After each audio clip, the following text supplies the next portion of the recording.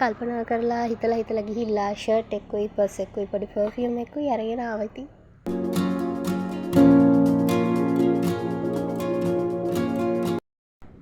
11 වෙනිදා. ඒ කියන්නේ තාත්තගේ උපන්දිනේ තිබ්බ දවසේ උදේම අපි කරේ පන්සලට ගිහිල්ලා දානේ පූජා කරපු එක. ඇත්තටම එදා දවස මාරම සන්තෝෂයි හැමෝටම ඔක්කොගේම උදව්වෙන් හිතුවටත් වඩා ලස්සනට දානේ වැඩ ටික අපිට කරගන්න පුළුවන් වුණා.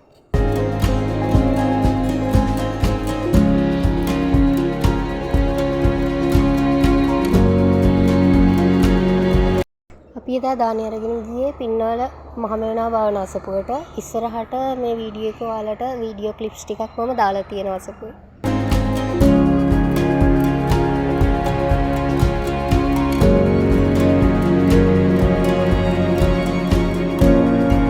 මාරම විදිහට හිත නිවෙන හරිම ලස්සන තැනක්.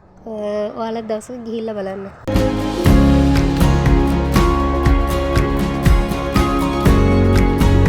මේක තමයි මම බ්ලොග් එකේ ආසම පාර්ට් එක. බලන්නකෝ ඔයාලා. මට එයාගේ උපන්දිනේ වෙනුවෙන් ලොකු දෙයක් ගන්න නෑ. මම දුන්න චූටි දේ එයා මාර විදිහට සතුටු වුණා කියලා මටත් දැනන්නේ ආයේ වීඩියෝ ක්ලිප් එක බලනකොට.